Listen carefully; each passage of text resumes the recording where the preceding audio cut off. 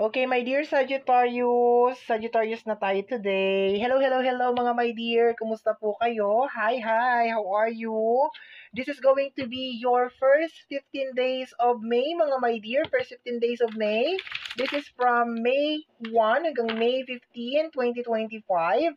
And this is a general reading. So, munting paalala lang mga my dear na ang gagawin natin ngayon ay general reading. So, hindi po ito 100% na magre-resonate para sa ating lahat. So please mga my dear, lower your expectation pagdating po sa mga general reading. Okay, so let's go na tayo mga my dear Sagittarius. Hanapin na natin ang iyong 8 cards. 8 cards ng ating mga my dear Sagittarius. First 15 days of May. First card mo my dear is the energy of the Three of Wands. Ang ganda nitong card na to. Okay? Ito yung card, my dear, na ang napakaraming opportunities, my dear, or you are looking forward for opportunities, mga gandang result, okay? Ito din, my dear, yung card, my dear, na nakapag-decide ka na. You finally decide, my dear, na parang ipupush ko to, gagawin ko na to, sige, lalaban ko na to. Pero ang pinaka-highlight kasi, my dear, na energy na nasasagap ko, my dear, sa card na to as of this moment, is yung pag-look forward mo na parang merong magandang magiging result, okay? Merong magandang magiging outcome yung gagawin mo. This is also energy of travel, okay? So kung ikaw may dear yung kung ikaw yung klase ng tao may dear na nagwi-wish ka or parang nagmamanifest ka ng travel, malaki ang posibilidad my dear Sagittarius na may mga travel ka my dear sa first 15 days of May. Napakaganda ng card na to. Very, very positive, my dear. Okay? Nakagawa ka na ng decision dyan, my dear. Hindi ka na-stuck. Okay, sa card na yan. Okay, next card. Kasama ng ating Three of Wands, mga my dear Sagittarius, S. Sorry naman, ang S. is the energy of the Fool card. Okay? Risk taker, yung energy, kung makikita mo, my dear, nasa bangin yung kanyang energy. This is taking a risk, okay? Taking a risk, my dear, sa isang bagay, okay? So, you're finally decided na, sige, susubukan ko to, gagawin ko to, ipupush ko to. Ayan. And trusting, my dear, ang ating buong may kapal, nagtitiwala ka, my dear, sa ating creator, my dear, na magiging okay to, magiging successful to, my dear. Okay? So, marami sa inyo, mga my dear, ang finally decided na ihahakbang na ninyo yung inyong mga paa, magte-take kayo ng risk, okay? Magiging risk taker kayo, my dear, sa first 15 days of May. Susubukan ninyo tong mga bagay na ito, okay? Kung ano man tong bagay na ito na parating, hindi pa masyadong maliwanag, okay? Posible may kinalaman sa travel, posible may kinalaman sa business, okay? Yung mga ganon. Posible may kinalaman sa mga adventure, mga my dear Sagittarius, okay? So, baka noon hindi ka sumasama sa mga ganitong outing or activity, okay? So, posible, my dear, na ngayong first 15 days of May, susubukan mo na, okay? Tatry ko na yan. Ano ba yan? Bungee jumping ba yan? Ferris wheel pa yan? Roller coaster ba yan? Go ako. Sama ako dyan. Nakakatakot ba ang Ferris wheel? Okay, meron mga tao na takot sa Ferris wheel. Okay? So, this is you, my dear Sagittarius, trying, okay? Yung pagiging brave mo, my dear, okay? Yung pagiging risk taker mo, my dear, okay? Nandito siya. You are finally decided, my dear, na gagawin ko na to, okay? And at the same time, hindi ko lang to kino-close, my dear, sa mga opportunities, travel. Possibly, my dear, if you are broken-hearted, okay? Kung kagagaling mo lang sa pagiging broken or matagal ka na, my dear, na takot, magmahal, there's a tendency, my dear, na baka mag-try ka, my dear, na magmahal, my dear, sa first 15 days of May, okay? Or ma-in love ka, my dear, sa first 15 days of May. So, watch out yung mga single out there, okay? So, watch out, my dear. Baka magpunta ka dito, baka mag-vacation ka, my dear. Doon sa vacation mo, my dear, di ba, meron kang makita na Miss or Mr. Right na maglalagay ng icing sa ibabaw ng chururut mo. Okay? So, let's go tayo, mga my dear. Next card tayo. Next card, my dear Sagittarius, tingnan natin. Anong card to? This is the card of the Six of Pentacles. Okay? So, very well managed din, my dear, ang usapin ng pinansyal. Ayan, oh. Pero may nakukuha ako dito, my dear, sa Six of Pentacles na parang meron kang mga babaguhin sa usapin ng pinansyal. Okay? Kung paano ka siguro maglabas ng pera, paano ka mag-spend. Pumapasok, my dear, yung energy na parang nagiging wise ka, my dear, in investment. Okay? Sa paglalabas ng pera kung saan mo siya dadalhin. Okay? Sa mga araw na to. But this card, my dear, the Six of Pentacles is related, my dear, sa pagbabalance sa may kinalaman sa usapin ng pinansyal. Posible din, my dear, na ito din yung mga time, my dear, na nag-i-start ka, my dear, na mag-ipon, mag-save, nagiging mas wise ka, my dear, sa paghawak ng pera kasi meron kang gustong gawin na isang bagay. Okay? Something na posibleng gusto mong mangyari. For example, gusto mong bumili ng isang gamit or isang sasakyan or something like that. You are starting, my dear, na mag-save, my dear, sa energy ng card na to. You're starting something. Hindi lamang, my dear, sa mga opportunity, looking forward na magiging successful to. Ganon din, my dear, ganon din, my dear, sa pera. Okay, sa usapin ng money, you're starting to save, nagiging mas budget ka, nagiging mas organized ka sa usapin ng pinansyal. Okay, so yun ang nakukuha ko dito. Next card, my dear Sagittarius. Next card, first 15 days of May, Sagittarius. Tingnan natin, mga my dear. Okay, kunin ko to. This is the card of the Ten of Swords. Okay? So, energy ng new beginnings. Actually, ang nakukuha ko lang dito, my dear, is out ka na, my dear, sa mga bagay na nagpapa-stress sa'yo. Okay? Marami natatakot sa card na to. Okay? Marami natatakot sa card na to, my dear. Kasi, tingnan mo naman yung itsura ng Ten of Swords. Okay? Ang dami niyang sword sa likod.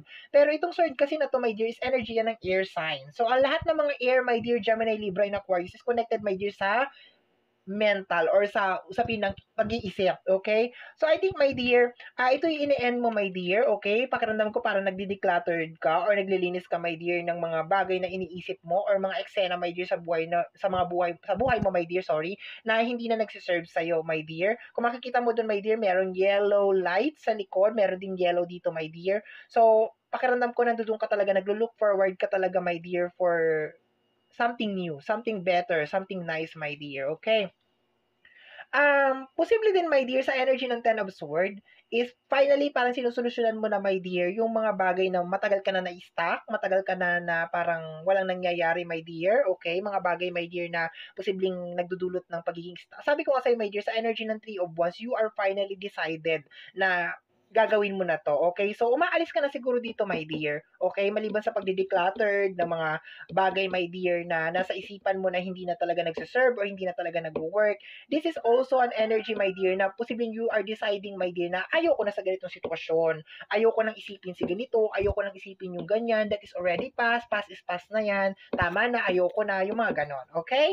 So, maganda siya, my dear. Umaalis ka dito sa Ten of Swords na to. Hindi to dapat katakutan, my dear. Especially kung ganito kaganda yung mga naunang mga cards. Okay? The Full card, the Three of Wands, the Six of Pentacles. Okay? Very, very positive. Very, very nice. So, there is, I cannot feel any negative energy, my dear, sa card na to.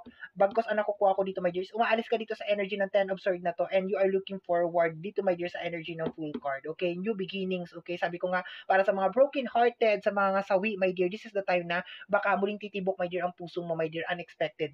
Okay? Because you are opening your heart, my dear. Okay? Sa mga magbi-business, sa mga gagawa ng, like for example, mag-a-abroad, paghahanap ng trabaho, gagawa ng negosyo, maganda tong reading na to, my dear. Okay? Kasi buong-buo ka na, my dear. Okay? Ang iyong decision ay solid na solid na. Okay? Last 4 cards tayo, mga my dear Sagittarius. Last 4 cards. We have here the energy of the Seven of Swords. Okay, sekreto to, my dear. Posibleng wala kang pinagsasabihan. Okay, people will be surprised sa mga next action mo, my dear. You are very silent, my dear. Seven of Swords is energy, my dear, ng secret. Okay, so posibleng, my dear, itong mga gagawin mo, my dear, sa first 15 days of May, you will be doing this silently. Walang nakakaalam. Okay, walang masyadong may alam, sabihin na lang natin, my dear. Okay, magugulat na lang ang mga tao, my dear, na naumpisahan mo na kung ano to. Kung businessman to, my dear, naumpisahan mo na yung business, ayan na, ginagawa mo na. Kung may kinalaman mo, my dear, sa trabaho, ayan, nakapag-apply ka na, or di ba, tanggap ka na sa trabaho. Kung paglipat man ng trabaho, ganun na rin, masasurprise na rin yung mga tao na, ay, hindi na ako doon nagtatrabaho. Okay, yung mga ganon. Or kung sa negosyo man is, magugulat sila na, ay, meron ka na rin palang ganyan na negosyo, ay ikaw pala yung may-ari ng ganitong negosyo, yung mga ganyan. So, itong action na to, itong move na ginagawa mo, my dear, is very silent siya, my dear, dala-dala, my dear, ng Seven of Swords, which is may kinalaman, my dear, sa secretive, very secretive, my dear, na mga action or decision, my dear, in life. Okay.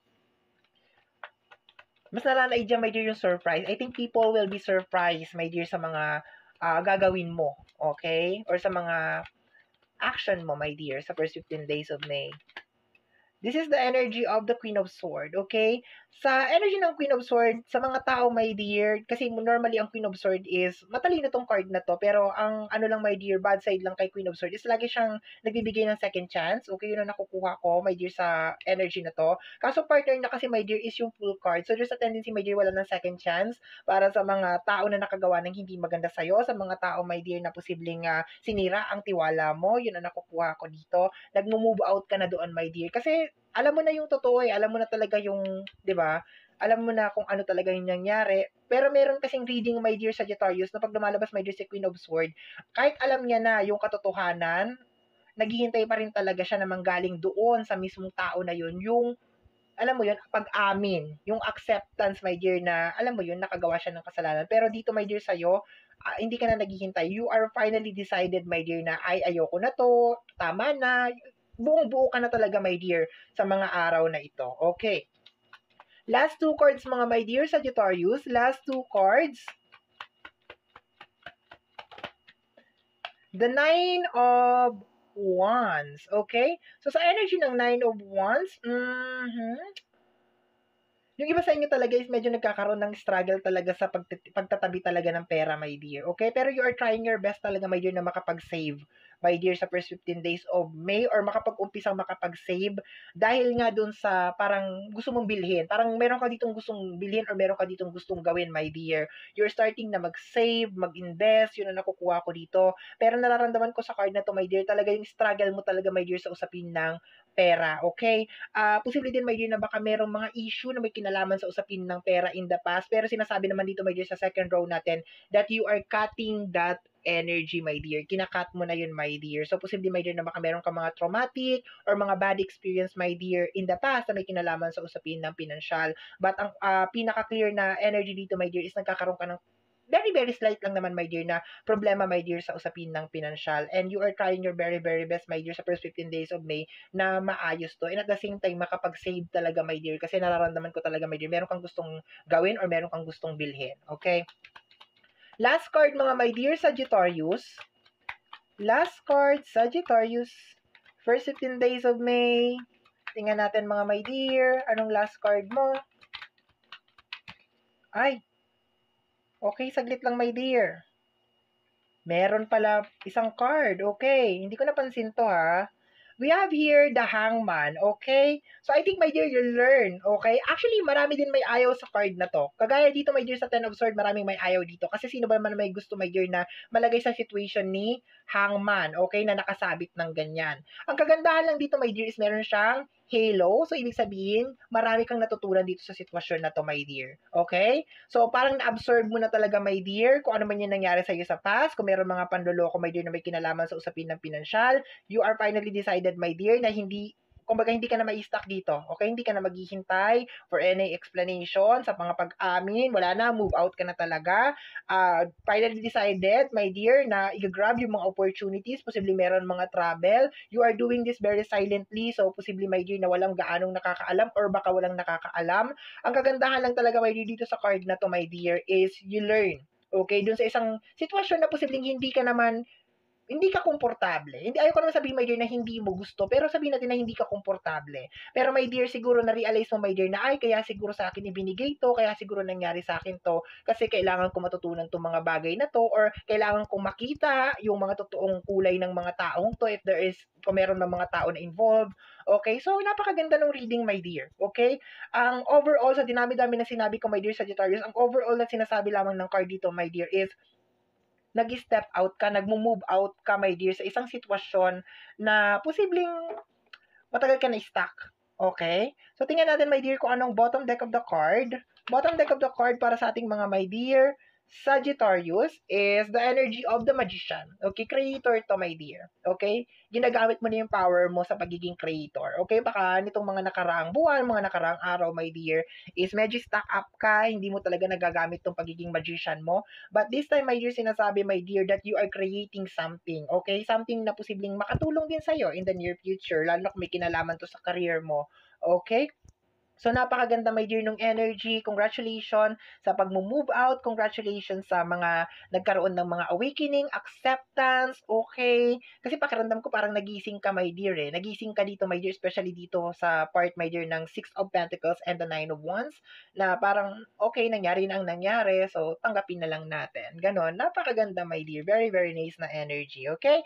So, mga my dear, Sagittarius, yan ang reading mo para sa yung first 15 days of May. Somehow, mga my dear, kung nagustuhan mo tong reading na to, especially kung napadaan ka lang, don't forget to subscribe. Pakiclick, my dear, ang notification bell para ma-update ka sa aking mga upload. Kung napapanood mo to, my dear, sa ating YouTube channel. At kung napapanood mo naman to, my dear, sa ating Facebook page, don't hesitate to like and follow, my dear, ang ating Facebook page. Ganon din, my dear, kung napapanood mo to, my dear, sa ating TikTok, i-follow na ako, my dear, sa ating TikTok.